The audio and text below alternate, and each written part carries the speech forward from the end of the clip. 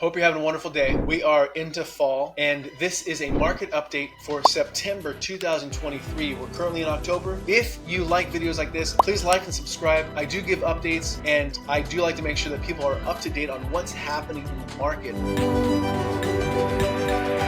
First of all, what we want to look at is nationwide, the average 30-year mortgage. Well, and this is actually everywhere, of course, nationwide, but also here, 30-year mortgage is actually hit a 22-year high in August. And the National Association of Realtors show that the median home sale price in the United States declined by 1% for the first time this year. This is nationwide. Realtor.com data indicate the median list price per square foot also decreased by 1%. These are not major declines. You can see that obviously, especially when we're considering the decline in sales. According to NAR, the number of homes sold dropped by 2.2% month over month and 16.6% year over year, which is a substantial but not necessarily unexpected. Home sales in 2020 and 2021 were the highest since 2006. Housing bubble had burst. Since the housing bubble had burst, 2020 and 2021 were the highest numbers since the 2006 bubble burst in 2008. Bubble started in 2006, burst in 2008. It's very easy to get wrapped up in the recent past, especially when it comes to large financial purchases, most of which are life-changing. We weren't sure how long the break in historic seasonality would last, but it seems to have ended and seasonality has mostly returned. Seasonality being, once we're coming out of summer, going into the winter, things tend to slow down. Here in California, here in Silicon Valley specifically, we will see some seasonality. Many times we will. Since 2020, we haven't really seen a whole lot of seasonality. With that said, last year, as the rates were shooting up, the housing had paused a little bit. Now, let's look and see what's happening in our neck of the woods, and let's see how we are performing overall. So for us, as far as the local lowdown goes in our neck of the woods, year to date, the single family home and condo prices were up significantly in San Mateo and Santa Clara County. Santa Cruz single family homes were up slightly, while condos were slightly down. We expect seasonal trends to hold through the rest of the year and for home prices to remain fairly stable. What's happening right now is that even with the higher interest rates, Silicon Valley, and I said this before, Silicon Valley tends to operate from a position of stocks. If the stock market is doing well, Silicon Valley continues to do well. And that's just how we are wired here in this area. People will many times take their money from the stocks, put it over to housing, especially if you're looking to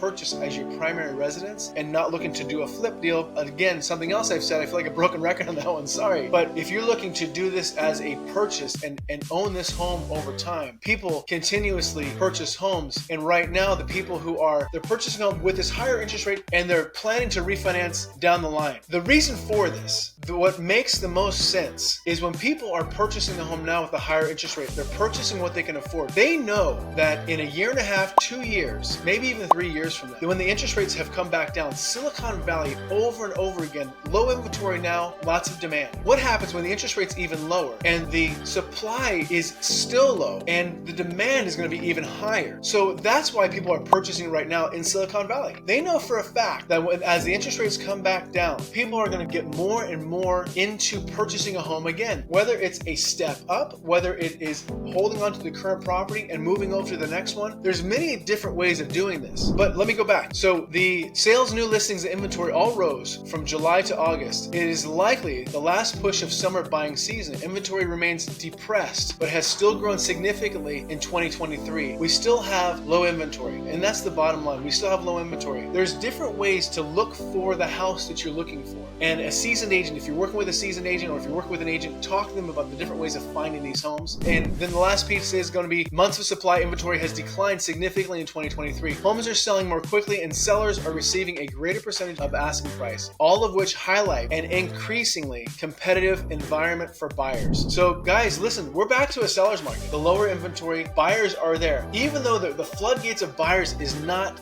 rushing because of higher interest rates, but buyers are there. So the demand is there and the sellers, we're back to a seller's market. And we have been for a long time now. Let me know if you have any questions. Please like, subscribe. And if you have any questions, I'm always here and happy to help. Hope you're having a wonderful day. Talk to you soon.